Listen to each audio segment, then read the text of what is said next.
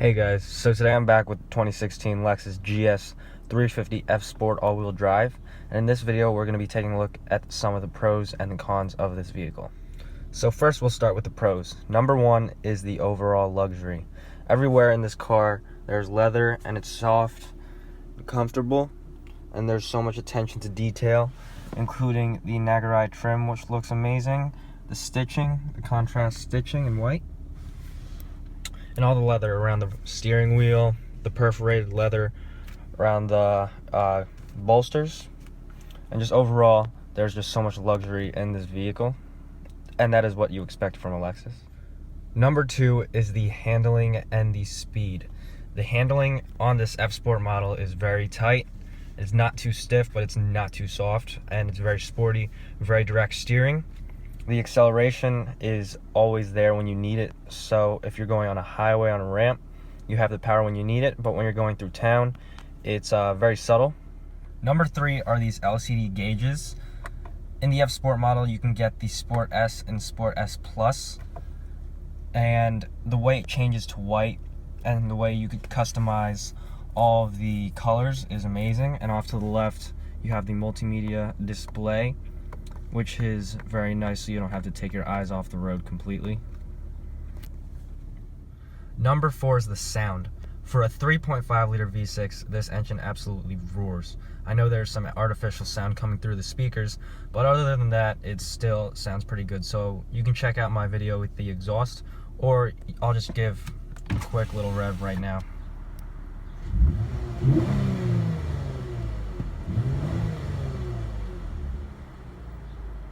It sounds like a V8, it really does, even though it's a V6.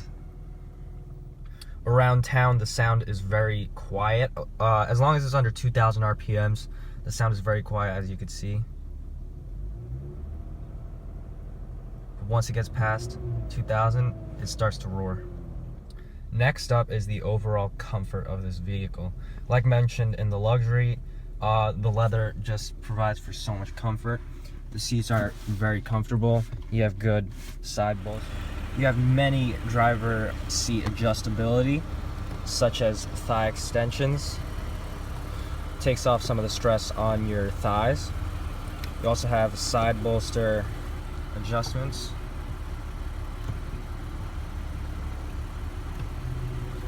And you have your recline feature and your seat bottoms. And right here you have your upper and lower lumbar supports. In addition, you have so many amenities with this car.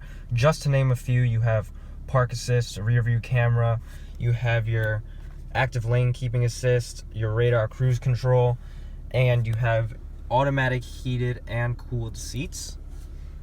In addition, you do have a heated steering wheel and automatic high beam. And of course you have this massive 12-inch screen. Compared to my hand, this is very, very large, and it's on an angle too.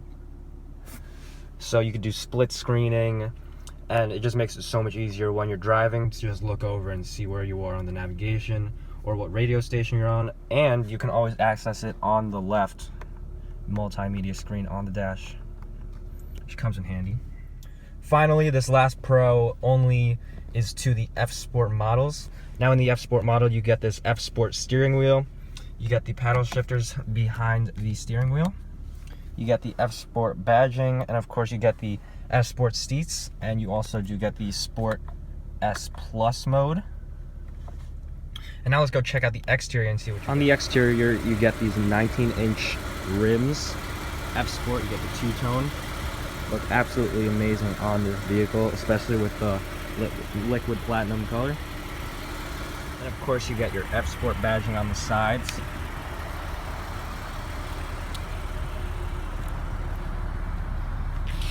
And on the back.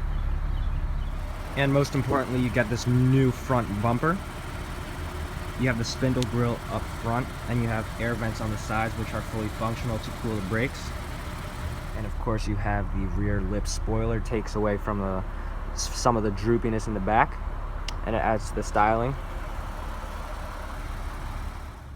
Now let's go ahead and take a look at some of the cons. Number one is this Lexus trackpad system, the mouse system. Personally, I prefer either the BMW or Mercedes-Benz knob instead of this remote pad, because you have to just be so precise whenever you try to hover over something, when in the BMW you just have to turn it a certain amount of clicks.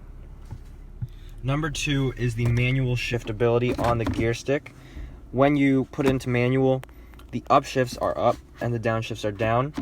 And this is just a personal preference, but I would much rather have the upshifts go that way and the downshifts go that way. But that's not a big deal because you do have the paddles mounted behind the steering wheel.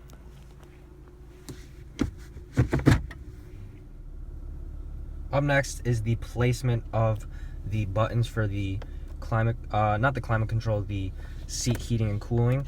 It's not that difficult, but they could have put it in an easier spot rather than reaching over the cup, the container, the lid, and pressing over it. But it's not that big of a deal. You could just reach over, and if it's closed, it's much easier. But I feel like they could have put it up here somewhere instead. Next up is not a huge deal, but we'll go ahead and pop open the trunk, and then I'll go over what I dislike about the trunk. For a luxury vehicle, you would expect to have a button either up here or over there, so you could automatically close the door without slamming it down. However, in this Lexus, you do have to physically put the trunk down. Although it does have a soft close feature, I feel that they could have put automatic trunk close as a standard feature. So that's about it for this video. This car is absolutely amazing. I've driven it, let's see, 2,335 miles so far, and it's been a blast. Thank you guys for watching as always, and if you have any questions or comments, leave them in the comments section below. Thank you for watching.